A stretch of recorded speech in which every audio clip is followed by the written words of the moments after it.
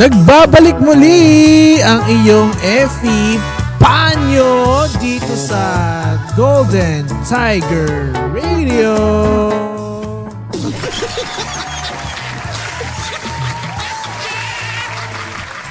At syempre naman, di ba, nandito na naman tayo sa bagong edisyon. Kung mapapansin nyo, no, na parang medyo madilim ata ang aking paligid. Dahil, meron tayong pag-uusapan. Okay? Diyan lang kayo, ha? Wait lang. Saglit lang. Ha?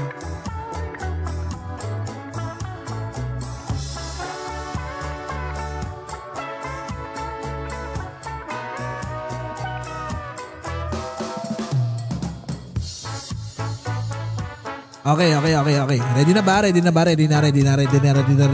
Ready na ba? Ready na. Kasi kung di ka pa ready, ay talagang ayaw mo na lang, wag na lang. Saglit. Gagawin natin tong medyo spooky. Kasi nababa ko rin na pag ipaparamdam mo sila, di ba? Ha? Dala kayo.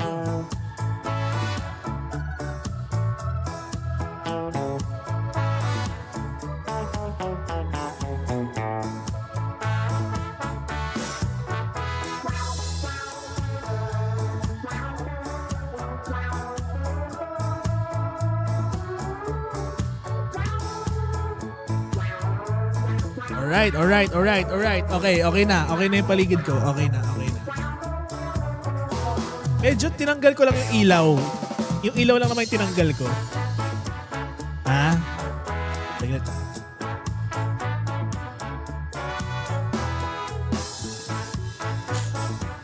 Ayan. Hindi ko kasi pwedeng tanggalin tong nasa signboard eh. Yung ilaw dito. Hindi ko pwedeng tanggalin. So, pagtsagaan muna natin, no? Pero bukas, abangan nyo. Dahil mas gagarbuhan ko pa yung mag-set design dito. Set design talaga. Pero nga, no? Dahil ngayong araw ay ipapakilala ko na ulit, no? Ako po, ang kuya nyong si Effie Panyo. Ang Kolokoy na radyo. Dito lamang yan sa Golden Tiger Radio, no? We've got the right!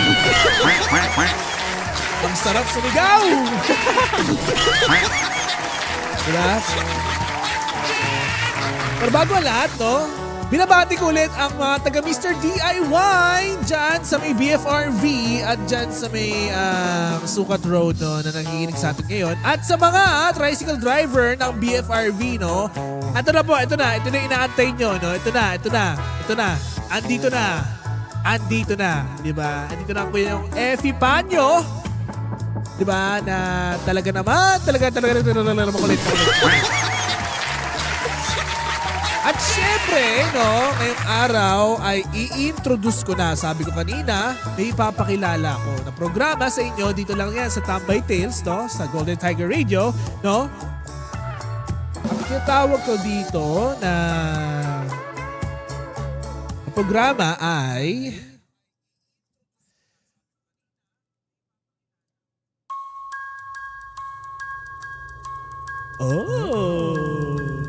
Teka, nag-ano ko eh. Narinig, di ba? Saglit lang.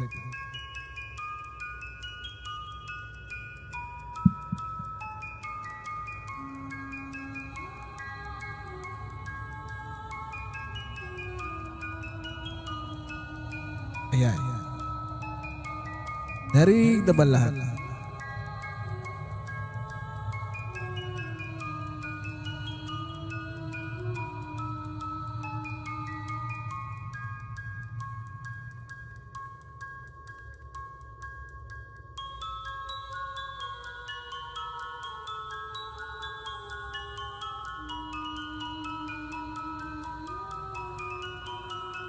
Sa programang ito, pag-uusapan natin ang isa sa mga bagay na kinakatakot ng lahat. Dito, magiging revelasyon ang mga kwento na hindi pa na ipapalabas sa kahit anong palabas.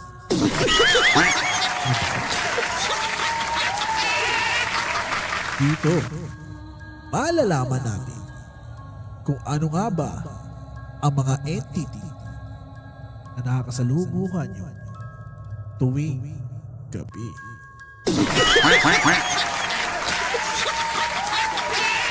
Minsan, tao ito. Minsan, hayop. Minsan, katabi mo lang pala sa bus.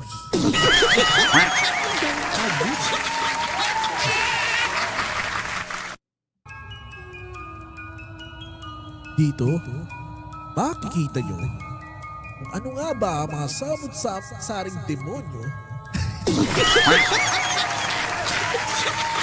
Dito makikita nyo ang mga samot-saring demonyo na pwedeng pumasok sa mundo ng mga tao. Simulan na natin sa unang sulat na may nagpadala sa atin ngayong hapon.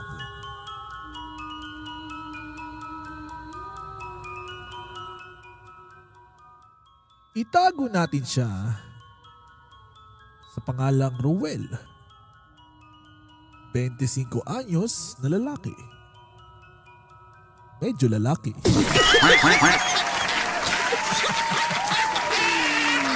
Ito na nga.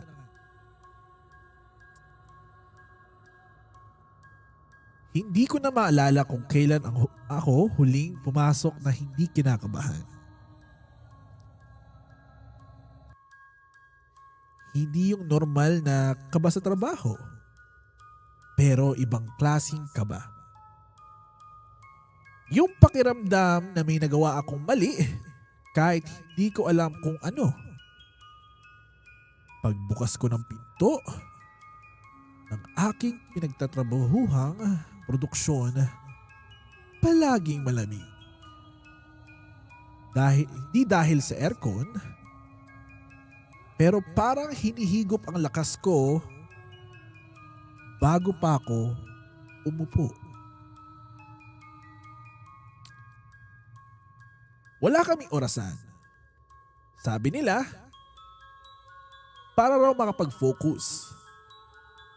Pero sa totoo lang, para hindi mo malaman kung gaano ka katagal na pagod.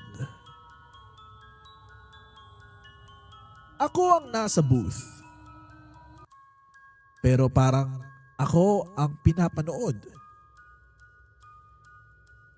Kapag may inayos akong audio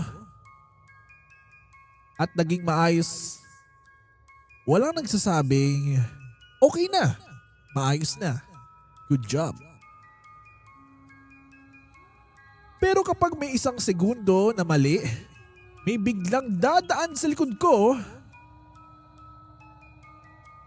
hindi ko nakikita, pero nararamdaman ko. Baka ano yun? Baka Food Panda.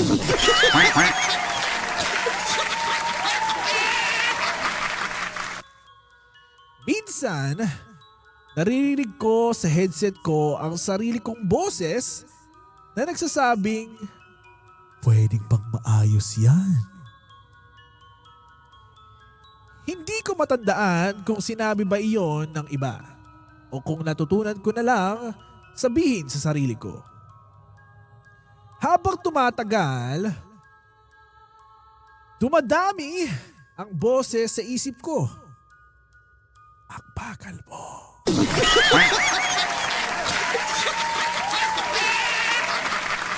Madali ka palitan.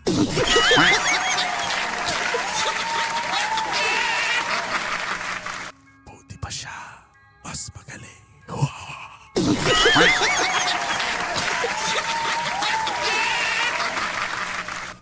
Wala naman nagsabi niyan ng diretso. Pero araw-araw ko silang naririnig. At ang kinakatakot ko, hindi na ako galit sa mga boses. Yun ang kinakatakot ko. dahil mawawalan ako ng trabaho. Oo, totoo.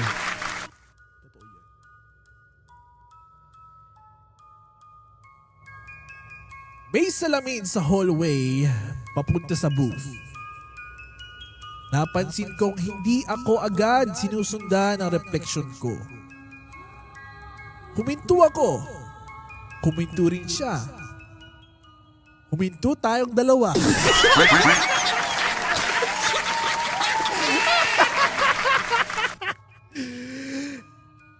Pero parang pagod na pagod. Ngumiti ako. Hindi siya ngumiti pabalik. Ay nako.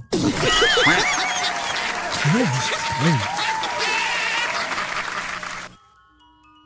Doon ko unang naisip, baka hindi na ako to. Ako pa ba to? Sure pa ba ako to? Kasi parang hindi na ako to eh.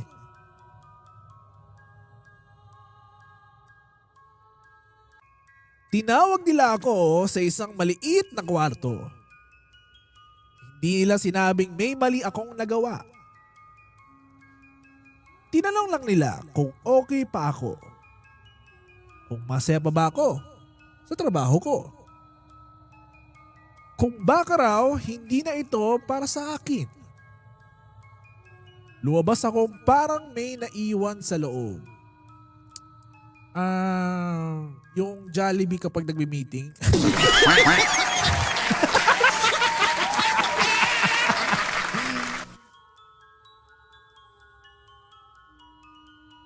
Hindi cellphone, hindi ID, kundi lakas ng loob. Ay, yun naman pala. Akala ko sa Jollibee, sorry na. Yun naman pala. Pagbalik ko sa aking pinagtatrabahuhan, mas mahina na ang boses ko kahit nakamax ang volume. Napansin kong mas madalas na akong mag-sorry kahit wala naman akong kasalanan. Mas tahimik na ako. Mas maaga akong pumapasok. Mas late akong uuwi. Isang araw,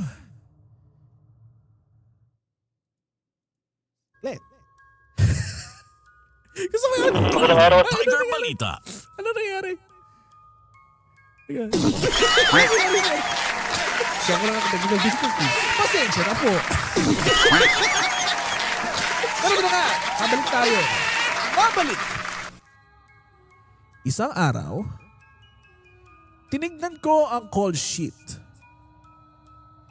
Hinanap ko ang pangalan ko. Wala.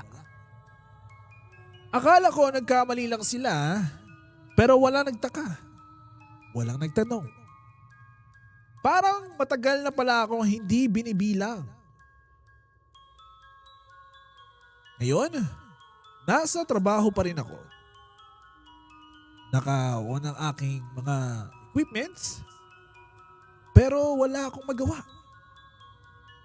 Narinig ko yung mga static ng mga boses ng mga kliyente ko. Pero para sa akin, parang tibok ng puso na pagod na. Oh.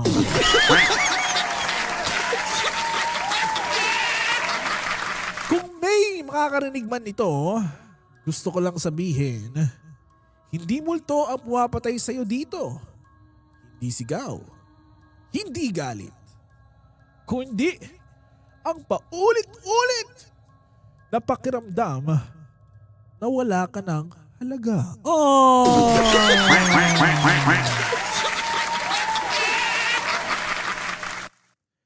Hanggang ikaw na mismo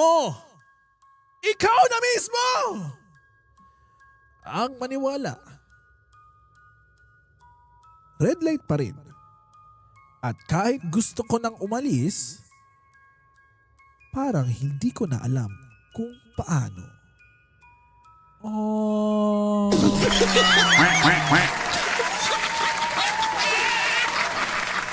Sa kwento na ito, maaring kayo natakot, maaring kayong natawa, maaari kayong nag-swipe na lang bigla. Pero isa lang ang masasabi ko. Bilang ako ang inyong kalbaryo na si Epipanyo, ako lamang ang naghahatid ng mensahe ngayong araw. Huwag na kayong pumasok bukas.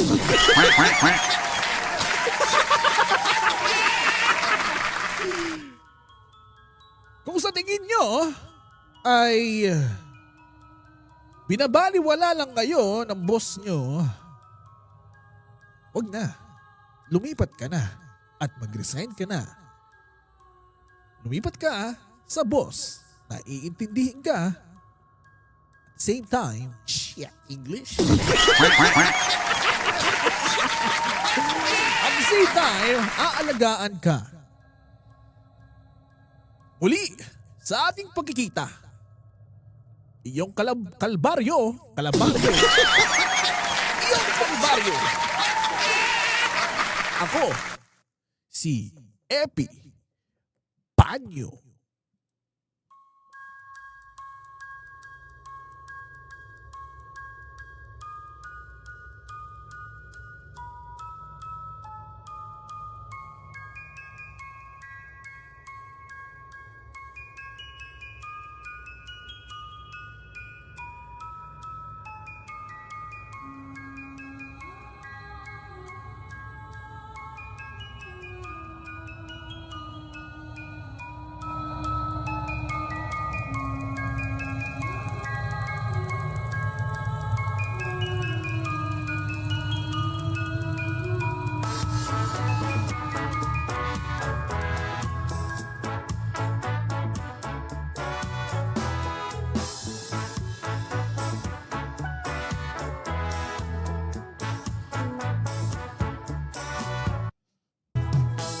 Oh, nagusto nyo ba? Nagustuhan nyo ba? Ha?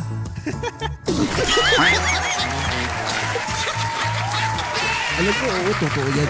Totoo yan. Yung dapat yung boss mo ay talaga maalaga. Kasi parang natakot yata si ano eh. Di ba?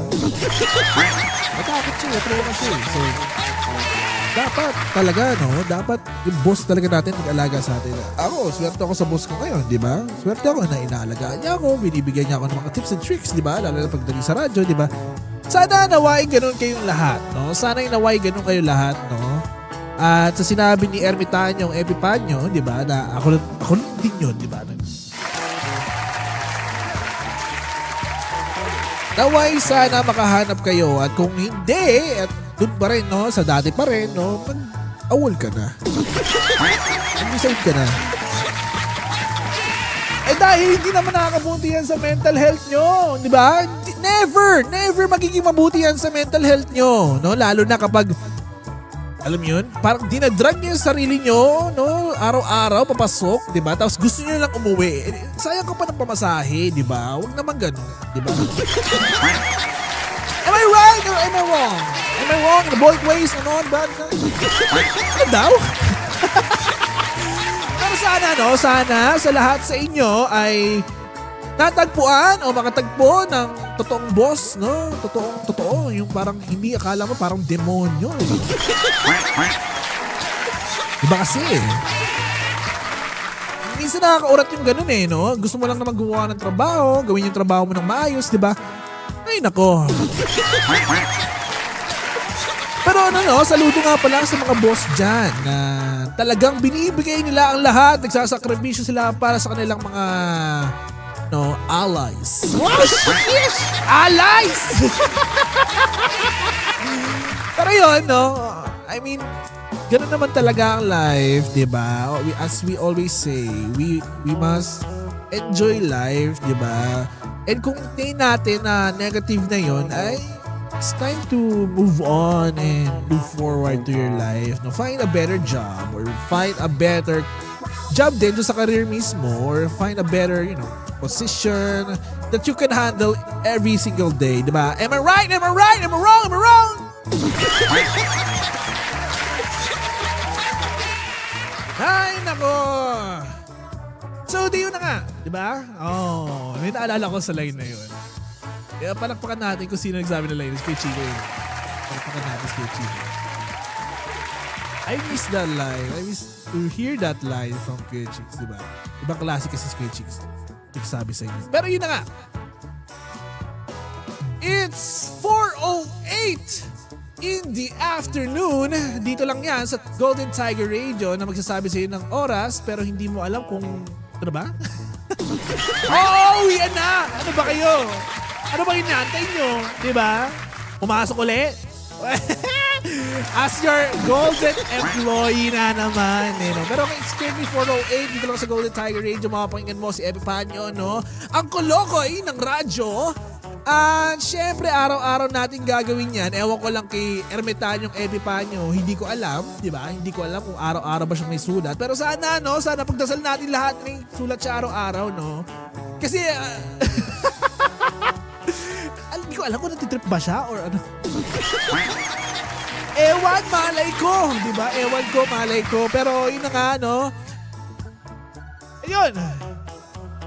Naitawid natin ang unang edisyon o unang episode ng ano kaya pwede natin tawag yun? Ay, ano ko na? Epipanyo's Revelation. Ayan.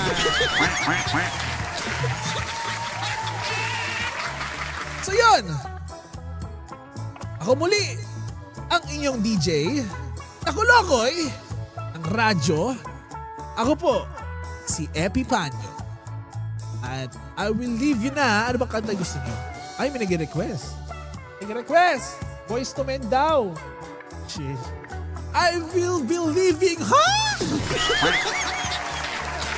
I will leave you now to 4 season of Loneliness by Boys to Men only here on Golden Tiger Radio. At o nga pala, no, bago tayo mag-iwa-iwanan, iwa-iwanan talaga? Bago kayo iwanan, i-download nyo yung app na Golden Tiger Radio at pakifollow kami sa Facebook page, TikTok, Instagram, at YouTube, di ba? Subscribe na kayo sa Golden Tiger Radio. No, we got the run! So yun! Ako muli ang iyong DJ na kulokoy ng radyo.